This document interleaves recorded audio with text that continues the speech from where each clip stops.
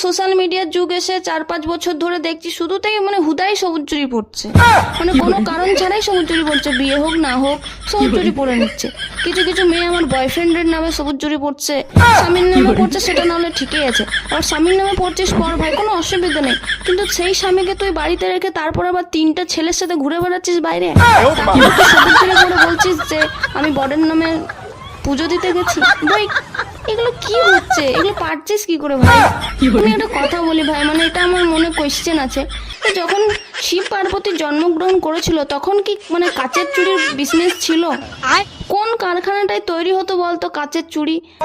সবুজ চুড়ি নামে ছেড়ে দিলাম, কোন কারখানাটায় তৈরি হতো চুড়ি যে এখন সেটা ট্রেন্ডিং এ চলে এলো? ভাই তখন আমার মনে হয় না যে কোনো কারখানা ছিল যেখানে চুড়ি ফুড়ি এরকম বানানো হতো। ভাই হট করে ট্রেন্ডিং এর নাম করে এত কিছু মানে ধর্মের নাম করে ট্রেন্ডিং করে দিচ্ছে সবকিছু। যে আমাদের হিন্দু ধর্মে না কাচের চুড়ি পড়ে না ভাই, ওগুলো আমাদের ট্রেন্ডিং বিষয়, ওগুলো আমাদের কোনো ধর্মের মধ্যে পড়ছে না। আমাদের কাছে শাখা পলা সিঁদুর এগুলোই হচ্ছে ম্যাটার করছে, বিবাহিত মেয়েদের এগুলোই অলংকার। ভাই কোথা থেকে হুটার সবুজ চুড়ি পরে নিচ্ছিস?